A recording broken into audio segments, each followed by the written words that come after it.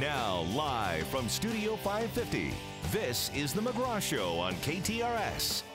The manhunt continues in Boston. They are still looking for suspect number 2, the MIT officer that was killed. We're monitoring Boston television live here in the monitors in the studio.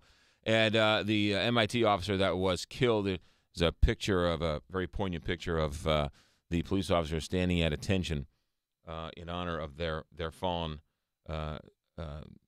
co-worker, their fallen soldier. Sort of a sad sight as we sit and watch what's going on in Boston. These two Chechnyan nationals. One is dead. One they are searching for. To talk about what goes on in the minds of some of these. There is our next guest, Dr. Jeffrey Simon. He's the author of a book that came out in February called Lone Wolf Terrorism. Dr. Jeffrey Simon, welcome to KTRS here in St. Louis. Good morning. What are your thoughts as you watch this unfold this morning? Well, there's a lot. I mean, the thing that's interesting is that it's two brothers, and that apparently they have been living in the United States for quite a while, or at least a year. So I would suspect that it probably was their plot, their plan. They were very, versed in military weapons, and that's why they were able to build the bomb that they did. And I do not think that this was something orchestrated, from abroad by whether it be, the Chechens or Al-Qaeda or so, that these are two brothers who were radicalized and apparently planned and waited for the right moment. And because they were living in Boston, they probably decided the Boston Marathon is a soft target. There won't be as much security in terms of penetrating the crowd there and dropping off the bombs as it would be if, let's say, they were going to go into the Fenway Park or something like that. It seems like from what we're hearing this morning, it was almost they were on a suicide mission in a sense, in that they were going to go out in a blaze of glory. Yeah, and that's what's really interesting about this. You would think that it would have been a suicide mission at the marathon and they would have just blown themselves up. But apparently they realized that they can leave the bombs there and get away. They don't have to commit suicide, in the attack. And then they definitely planned for subsequent attacks.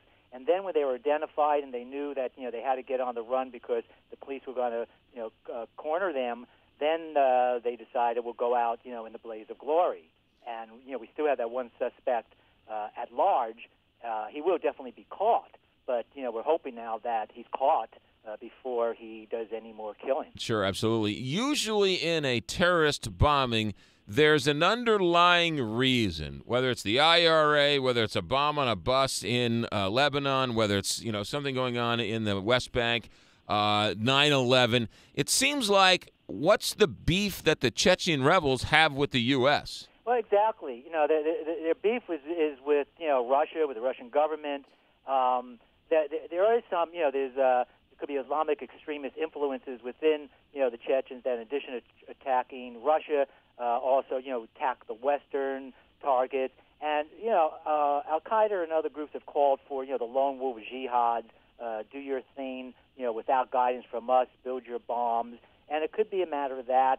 They could have been radicalized against U.S. policy, against we don't know. But the real interesting thing is that, they didn't just recently come here. And I don't see them sort of as what we would call sleeper cells, that they were planted here, for a year or two to strike because, they could have struck anywhere else. Yeah, your book really sort of nails it on the head, lone wolf terrorism. That seems like this is exactly what it was. Yeah, well, technically the definition of the lone wolf terrorist is, an individual working by him or herself. But I always look at it as it could be somebody with some assistance from somebody else. I mean, we could call this sort of a, two-person, although, two-person cell in a way, but they're like lone wolf terrorists who were brothers. The fact that they were brothers is really relevant because, we talk about conspiracies and how did you meet and how did you do things together, they were together, and it wasn't probably didn't take much for we don't know whoever was the first to come up with a plan and convince his brother to come along. But